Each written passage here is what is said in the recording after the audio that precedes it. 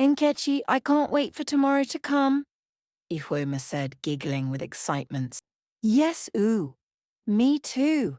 I can't wait to write our last paper tomorrow and say goodbyes to secondary school life, Nkechi said, adjusting her head wrap to balance her bucket of water.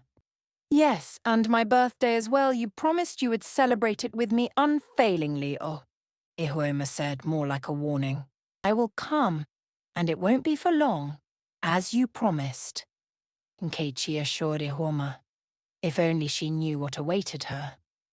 Nkechi is the only child of a reputable family.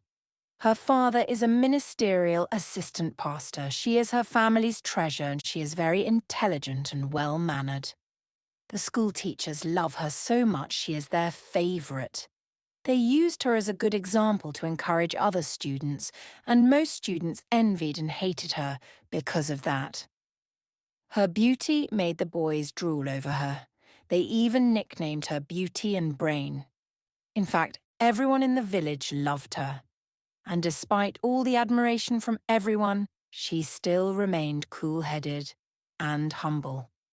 The next day after they were done with their exams, Ihuoma hurriedly ran to Nkechi to remind her of her birthday party because she was already leaving. Oh, I had already forgotten. I'm sorry. Can we go now? Nkechi asked. Yes, please, Ihuoma said, all smile, wrapping her right hand around her neck. So where are you celebrating it? Nkechi asked as they left the school compound. Don't worry, it's a surprise. It's my birthday, I know, but it's a surprise.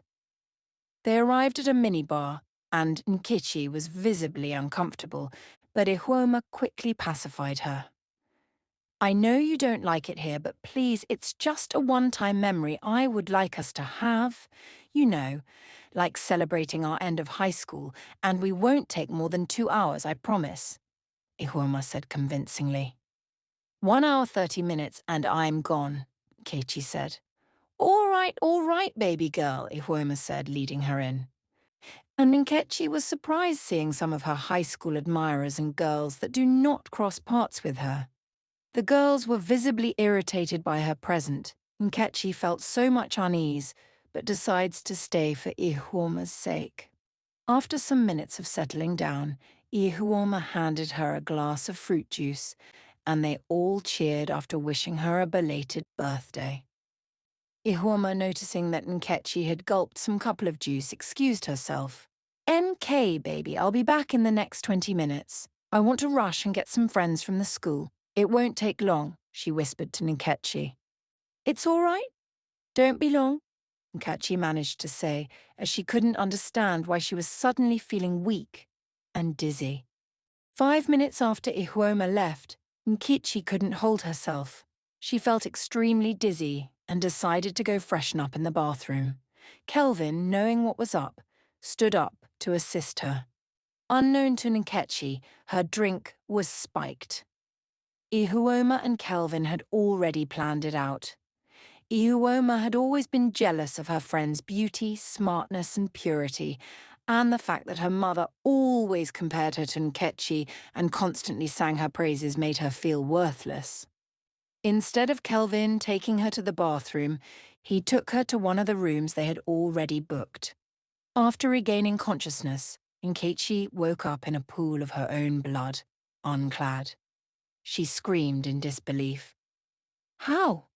When? How? No, no, this can't be true, she said, trying to remember what had happened, but all she could remember was someone helping her to the bathroom.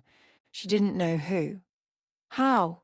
She kept asking herself as streams of hot tears flooded her face.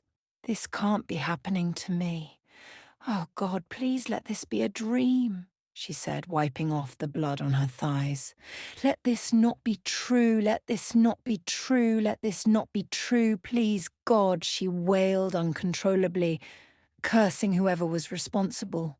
After what seemed like an eternity of emotional turmoil, she recollected herself and, after much deliberation, decided to keep what had happened to herself. She gathered herself and went home, and to her surprise, when she left the room, she met no familiar faces. Immediately Mama Nkechi saw her daughter, she felt relieved because she had been so worried after seeing her mates return from school while Nkechi hadn't. Nkechi Nwam, where have you been? You got me so worried. Why are you late? Your friend Ihuoma was here looking for you. What happened? Have you been crying? She asked as she moved closer. Nkechi immediately held her mother tightly, crying uncontrollably. Nkem Nwam, what is it? Was the examination so hard? She asked doubtfully, knowing how intelligent her daughter was. Nkechi said nothing. She only managed to hold her abdomen. Oh, you're cramping and you're already stained. Don't cry, my sweet baby girl. Come and take your bath. Let me get you some pain relief and food, she said, pacifying her daughter, unaware of the grievous act that had just occurred. 2 days after what happened, Ihuoma visited Nkechi and noticed how unusual she was, though she already knew why. Why didn't you come back like you said you would? Nkechi asked. I did. I came back and met everyone gone. I came to your house but didn't find you. Where were you? Ihuoma asked rhetorically. Don't worry, it's not important, Nkechi replied, not trusting her enough. Are you okay? You look downcast, Ihuoma asked, showing concern. I'm fine, Nkechi replied dismissively. If you say so, I just came to check up on you. Bye, Ihuoma said, standing up to leave, feeling uninvited. Immediately Ihuoma left, Nkechi ran to her room, bawling her eyes out. As much as she needed someone to talk to, she couldn't bring herself to tell Ihuoma, knowing it would be like telling the whole village.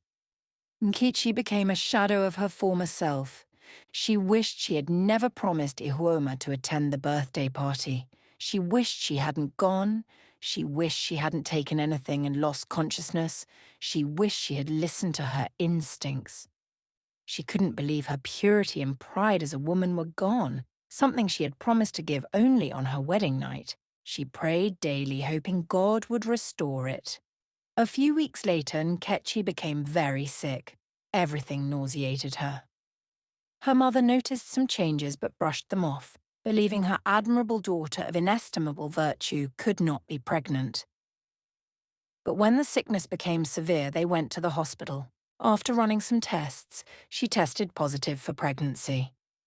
Madam, your daughter is pregnant, were the heart-stopping words from the doctor. Nkechi and her mother looked at each other in shock and disbelief. Pregnant? How? Nkechi's mother asked, and after connecting all the dots, she believed. I'm finished! I'm finished! She cried between breaths.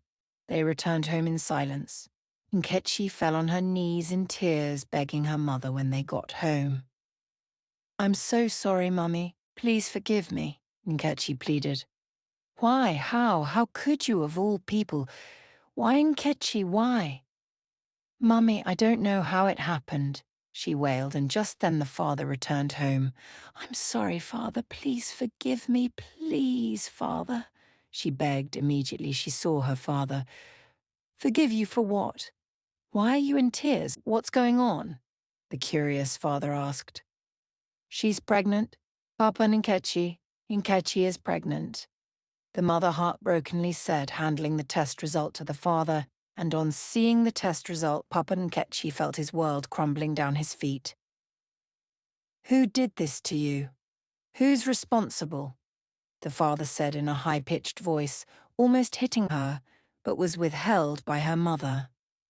I don't know how it happened or who's responsible, she said, unfolding the events that happened that day to her parents, how she felt weak and dizzy after taking the juice Ihuoma gave her and regaining consciousness unclad and in the pool of her own blood. I really do not know how it happened, she said in soaks of her own tears. When Ihuoma was sent for, she denied everything. I really do not know what you're talking about, she said. Ihuoma? Why? Why are you denying it? Nkechi asked. Don't put your reckless living on me, Ihuoma said. reminding Nkechi's mother on how she came that very day looking for because she thought she was home. The parents, overwhelmed with disappointment, failed to think logically. The news of Nkechi's pregnancy spread like wildfire. In no time, faces began to visit their house to take a glance for confirmation. The pregnancy dented the image of the once reputable family. As days progressed, her tummy protruded. Whenever she passed a group of people, the snickering and laughter made her feel ashamed. The respect and admiration she once had were all gone. Everyone now had what to say about her and a look to give. It was as though everyone was waiting for her downfall. Even her so-called friend Ihuoma never sympathized with her. Her once peaceful and loving home became a big void that echoed in silence, and her parents constantly reminded her of the shame and disgrace her gullibility brought to the family. A month later, their examination results came out, and she passed with flying colours and was awarded a scholarship to study in any higher institution of her choice. It was a sweet bitter moment for the family. Chai, wasted dreams, wasted effort. Your only chance of becoming a doctor, you willingly dashed to the winds, Chai, so I will never be called Mama Doctor again. Oh, Chim, is this how my own will be? Who did I offend? Her mother lamented bitterly as Nkechi sobbed. Now you're raising a bastard, Nkechi, her father said with clenched teeth. Your only chance of becoming a doctor, you willingly dashed to the winds, so I will never be called Mama Doctor again. Now you're raising a bastard, Nkechi. Those were the words echoing in her head as she lay down in thought. She never believed that a mistake she never consented to would make her parents despise her this much.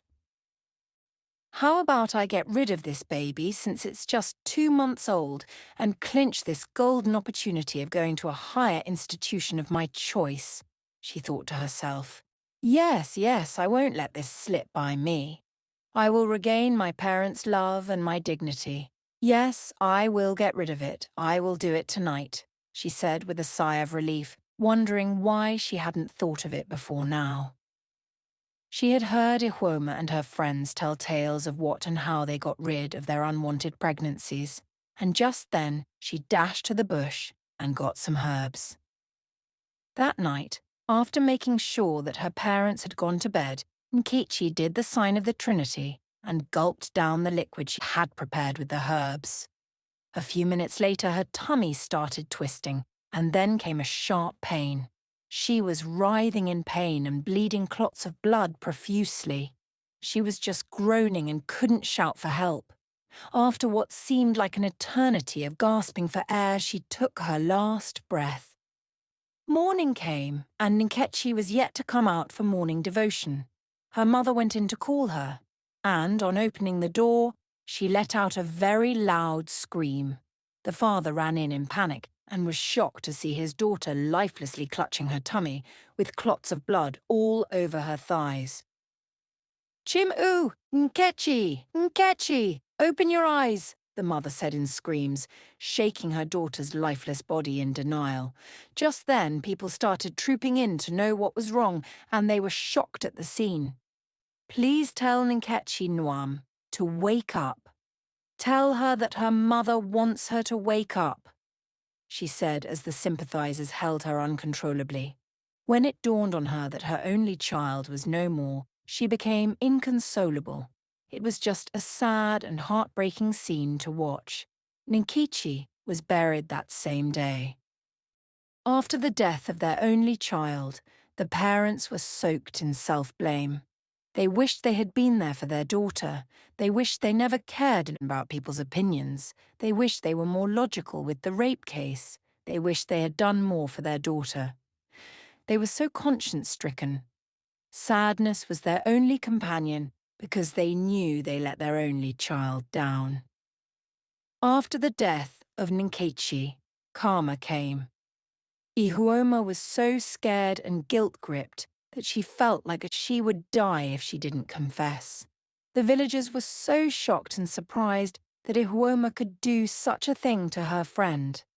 "Hey, aru tufiakwa," they said in disgust. The grieving parents were bewildered. "Ihuoma, you denied it when Nkechi said it. Why? Why did you do this to us?" cried the mother. "I'm so sorry, Mama. Please forgive me. I wish I was never jealous of my friend. I wish my mother never made me feel worthless because of her. I wish I could turn back the hands of time and make everything right. I never knew my stupid decision would result in this. Please, please forgive me." Ihuoma begged in tears, but in agony the bereaved parents cursed her, and the sympathizers affirmed in unison. 3 months after the death of Nkechi, her mother followed suit. She died of cardiac arrest. The death of their only child was unhealing. The father lived in depression thereafter. And Iuoma lived with the guilt of destroying someone who never wronged her. Moral of the story: jealousy and envy can destroy lives. Iuoma's jealousy of Nkechi's beauty, intelligence, and purity drove her to commit a grievous act that destroyed not only Nkechi's life, but also her own peace of mind. Envy, when acted upon, has devastating consequences.